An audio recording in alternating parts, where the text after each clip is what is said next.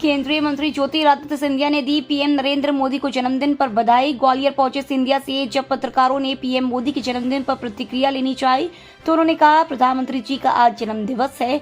हृदय की गहराइयों से हम सब और देश की संपूर्ण जनता उनके स्वस्थ जीवन और उज्जवल भविष्य की कामना करती है। जिस प्रधानमंत्री ने इस देश का वर्चस्व विश्व पटल पर उभारा है, हम सब गौरवान्वित हैं कि हमारा देश विकास और प्रगति के पथ पर अग्रसर हो रहा है।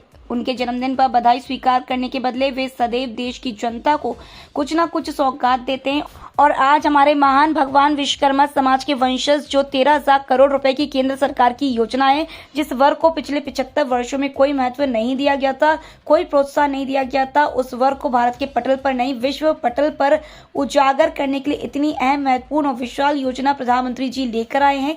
हृदय की गहराइयों से मैं विश्वकर्मा समाज की तरफ से भी उनको तहे दिल से धन्यवाद अर्पित करना चाहता हूँ। और इस योजना के तहत हमारे महान शिल्पकार और दर्जी कार्य करने वाले, हुनर की क्षमता रखने वाले एक एक युवक युवती को एक नया प्रोत्साहन मिलेगा और इसके आधार पर संपूर्ण देश आगे बढ़ पाएगा। इसका मुझे पूर्ण आशा और विश्वास है।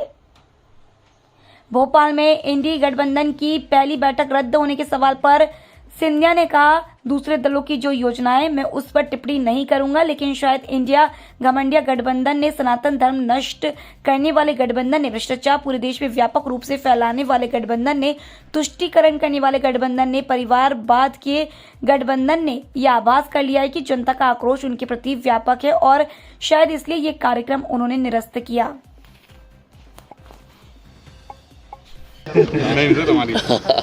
कैसे हो सब लोग, ठीक हो? सर, जन्मदिवस है और आज इतनी अच्छी योजना शुरू की जा रही है, कुछ उसके साथ। प्रधानमंत्री जी का आज जन्म दिवस है। हृदय के गहराइयों से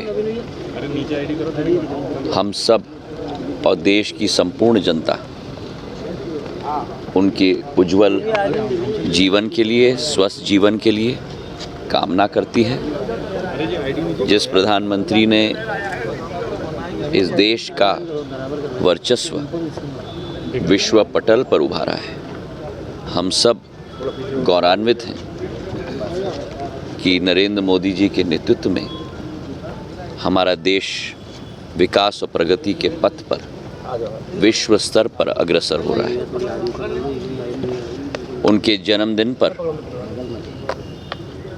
बधाई स्वीकार करने के बदले वे सदैव देश की जनता को कुछ न कुछ सौगात देते हैं और आज हमारे महान भगवान विश्वकर्मा के वंशज विश्वकर्मा समाज के लिए जो 13,000 करोड़ रुपए की केंद्र सरकार की योजना,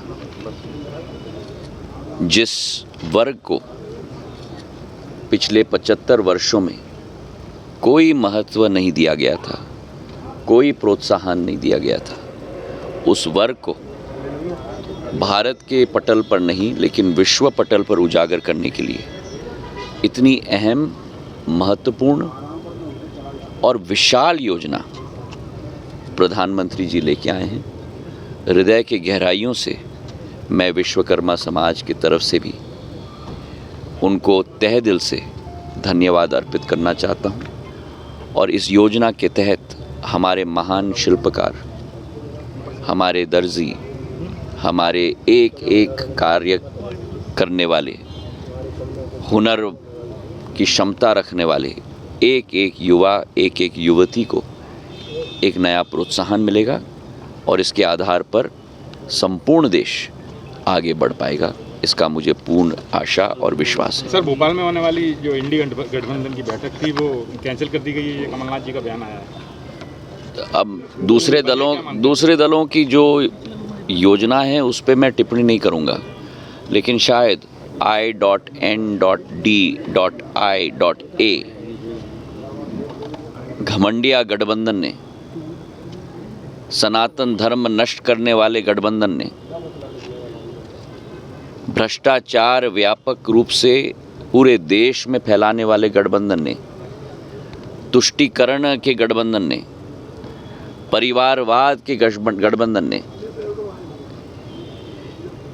ये आभास कर लिया कि जनता का आक्रोश उनके प्रति व्यापक है और शायद इसीलिए ये कार्यक्रम उन्होंने निरस्त किया।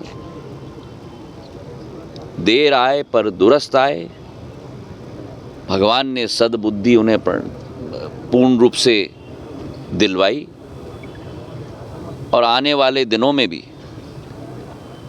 जो जनता का आक्रोश इस I.N.D.I.A गठबंधन के प्रति होगा, जिस गठबंधन ने ये ठान लिया है कि बापू महात्मा गांधी के सनातन धर्म को समाप्त करने वाले हैं, और जिस गठबंधन का ये संकल्प होगा उस गठबंधन को समाप्त करने का कार्य देश की 140 करोड़ जनता स्वयं करेगी। बहुत बहुत धन्यवाद। पत्रकारों को बैन किया गया है सर, 14 पत्रकारों को भी इंडी गठबंधन। देखिए, प्रजातंत्र के चौथे स्तंभ के साथ ऐसा खिलवाड़ करना, ऐसा भेदभाव करना, संविधान के निर्माता के प्रति ऐसी अभद्र भावना रखना, ये कांग्रेस पार्टी के डीएनए में है। जिस कांग्रेस पार्टी ने बाबा साहब अंबेडकर को चुनाव में हरा दिया, जिस कांग्रेस पार्टी ने बाबा साहब अंबेडकर के चुनाव हराने वाले व्यक्ति को पद्मश्री दी,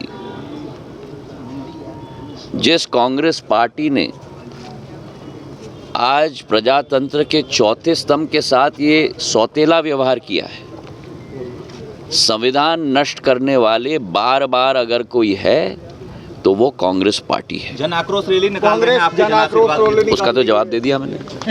कांग्रेस के